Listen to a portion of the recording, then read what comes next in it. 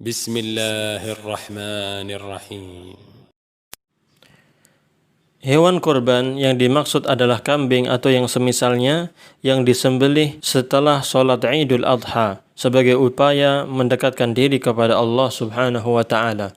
Allah Subhanahu wa taala berfirman, "Qul inna salati wa nusuki wa mahyaya wa mamati lillahi rabbil alamin la syarikalah." Katakanlah, sesungguhnya salatku, sembelihanku, hidup dan matiku hanyalah untuk Allah, Rabb seluruh alam, tidak ada sekutu baginya. Al-Quran Surat Al-An'am ayat 162 sampai 163. Kata an-nusuk dalam ayat ini berarti penyembelihan hewan dalam rangka mendekatkan diri kepada Allah Jalla Jalaluh, sebagaimana disebutkan dalam Minhajul Muslim halaman 355 sampai 356. Para ulama berbeda pendapat mengenai hukum berkurban. Menurut dalil yang kuat, hukumnya adalah wajib. Berikut ini beberapa dalil bagi mereka yang mewajibkannya. Yang pertama, hadis dari Abu Hurairah radhiyallahu anhu, dia berkata, Rasulullah sallallahu alaihi wasallam bersabda, "Man kana lahu sa'atun wa lam yudhi fala yaqrabanna musallana." Siapa yang memiliki keluasan rizki namun dia tidak berkurban, maka janganlah dia mendekati tempat salat kami. Hadis ini diriwayatkan oleh Imam Ahmad, Ibnu Majah, Ad-Daraqutni dan Al-Hakim dengan sanad yang hasan. Argumentasi yang terdapat dalam hadis ini adalah bahwasanya beliau melarang orang yang memiliki keluasan rizki mendekati tempat pelaksanaan sholat jika dia tidak berkurban. Hal itu menunjukkan bahwa dia telah meninggalkan sesuatu yang wajib. Seakan-akan tidak ada manfaatnya mendekatkan diri kepada Allah jika dibarengi dengan tindakan meninggalkan hal yang wajib. Dalil yang kedua adalah hadis dari Jundub bin Abdullah Al-Bajali radhiyallahu anhu. Dia menuturkan, "Aku pernah menyaksikan Nabi sallallahu alaihi wasallam pada hari kurban. Beliau bersabda, "Man dzabaha qabla an yusalliya falyu'id makanaha ukhra, wa man lam yadhbah falyadhbah." Barang siapa yang menyembelih kurban sebelum salat, hendaklah dia menggantinya dengan yang lain. Sedangkan barang siapa yang belum menyembelih kurban, hendaklah dia menyembelihnya. Hadis ini diriwayatkan oleh Imam Al-Bukhari, Muslim, An-Nasa'i, Ibnu Majah, At-Tayalisi dan Ahmad. Masalah ini sangat jelas, yaitu menunjukkan hukum wajib dan tidak ada dalil yang memalingkan dari makna lahiriah. Dalil yang ketiga, hadis dari Mikhnaf bin Sulaim, bahwasanya dia menyaksikan Nabi sallallahu alaihi wasallam berkhutbah pada hari Arafah. Beliau bersabda, "Ala ahli kulli baitin fi kulli 'amin udhiyatun wa 'atirah. Atadruna mal 'atirah? Hadhihi allati yaqulu 'anha an-nas rajabiyah." Kepada penghuni setiap rumah dalam setiap tahunnya wajib untuk berkurban dan atirah. Tahukah kalian apa atirah itu? Yaitu apa yang oleh orang-orang disebut dengan Rajabiyah, yaitu kambing yang disembelih pada bulan Rajab. Hadis ini diriwayatkan oleh Imam Ahmad, Ibnu Majah, Abu Dawud, Al-Baghawi, At-Tirmidzi dan An-Nasa'i.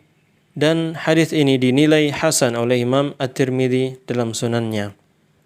Dalam hadis ini terkandung pengertian hukum wajib. Adapun atirah, hukumnya telah dihapuskan, tetapi penghapusannya tidak mengharuskan penghapusan kurban. Maka hukumnya, hukum kurban masih terus berlaku sampai sekarang. Ibnul Athir rahimahullah ta'ala menjelaskan, al-atirah telah dihapuskan. Yang demikian itu berlangsung pada awal-awal Islam.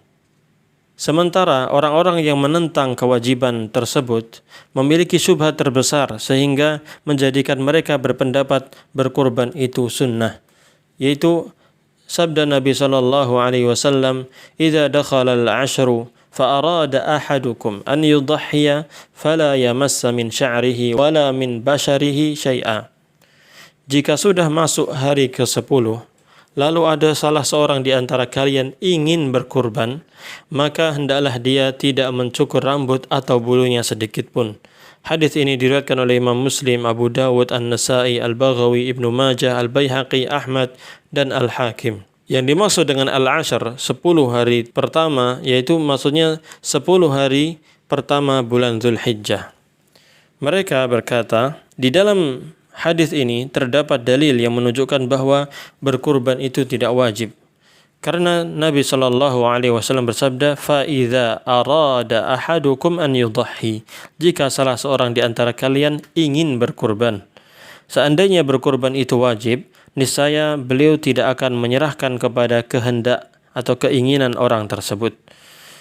Syubhat ini telah dibantah oleh Syekhul Islam Ibnu Taimiyah rahimahullah ta'ala setelah mentarjih, menguatkan pendapat hukum wajib berkurban. Beliau berkata, penafian atau peniadaan hukum wajib yang mereka lakukan tidak disertai dengan nas, dan yang menjadi sandaran mereka hanyalah sabda Nabi SAW, jika salah seorang di antara kalian hendak berkurban. Mereka mengatakan suatu hal yang wajib itu tidak akan berhubungan dengan kehendak. Ungkapan ini bersikap global, karena wajib tidak selalu diserahkan kepada kehendak seorang hamba, sehingga dapat dikatakan jika kamu mau kerjakan saja. Bahkan terkadang suatu hal yang wajib dihubungkan dengan syarat untuk menjelaskan salah satu dari beberapa hukum yang ada. Misalnya firman Allah Subhanahu wa taala, "Idza qumtum ila sholati faghsilu." Apabila kamu hendak melaksanakan salat, maka basuhlah. Al-Quran surat Al-Maidah ayat 6. Dalam firman Allah Subhanahu wa taala ini, jika kalian hendak mengerjakan, dan ditetapkan juga jika kalian hendak membaca Al-Quran yang mulia, maka mohonlah perlindungan. Fa idza qara'tal Qur'ana fasta'idz billah. Padahal taharah, bersuci dan membaca ta'awudz dalam salat hukumnya apa? Hukumnya wajib. Allah Subhanahu wa taala pun berfirman, "In huwa illa dzikrul lil alamin, liman syaa'a minkum ayyastaqim." Al-Quran itu tidak lain adalah peringatan bagi seluruh alam, yaitu bagi siapa di antara kamu yang menghendaki menempuh jalan yang lurus. Al-Quran surat At-Takwir ayat 27-28. Sebagaimana diketahui bahwa menempuh jalan yang lurus adalah suatu hal yang wajib. Lebih lanjut, Syekhul Islam Ibnu Taimiyah rahimahullah ta'ala berkata, selain itu, tidak setiap orang wajib menyembelih kurban, tetapi hanya bagi yang mampu. Orang yang mampu itulah yang hendak menyembelih kurban, sebagaimana disabdakan oleh Nabi SAW, "Man aradal hajja falya'tajil, fa innahu qad tadillu ad-dallah wa ta'ridul hajah." Barang siapa hendak menunaikan ibadah haji, hendaklah dia menyegerakannya, karena bisa saja dia tertunda dengan sebab hilangnya harta atau adanya kebutuhan yang tidak terduga. Hadis ini diriwayatkan oleh Imam Ahmad, Ibnu Majah dan yang lainnya. Berhaji itu wajib bagi orang yang mampu. Dengan demikian sabda beliau SAW, barang siapa yang hendak menyembelih kurban, dalam hal ini sama seperti sabda beliau, barang siapa yang hendak menunaikan ibadah haji. Argumentasi mereka yang berpendapat sunnah tersebut dijawab pula oleh Imam Al-Aini rahimahullah ta'ala. Sambil menjelaskan ungkapan penulis dalam kitab Al-Hidayah, beliau mengatakan yang dimaksud dengan iradah, kehendak pada apa yang diriwayatkan, wallahu a'lam, adalah lawan dari lupa, bukan pemberian pilihan. Maka Imam Al-Aini rahimahullahu ta'ala berkata, bukanlah yang dimaksudkan di dalam hadis ini pemberian pilihan antara meninggalkan dan boleh mengerjakan, sehingga seakan-akan beliau bersabda, barang siapa di antara kalian yang sengaja hendak menyembelih kurban. Hal itu tidak menunjukkan pada penafian hukum wajibnya, sebagaimana yang terdapat dalam sabda beliau, man arada salata falyatawadda. Barang siapa yang ingin mengerjakan salat, hendaklah dia berwudu.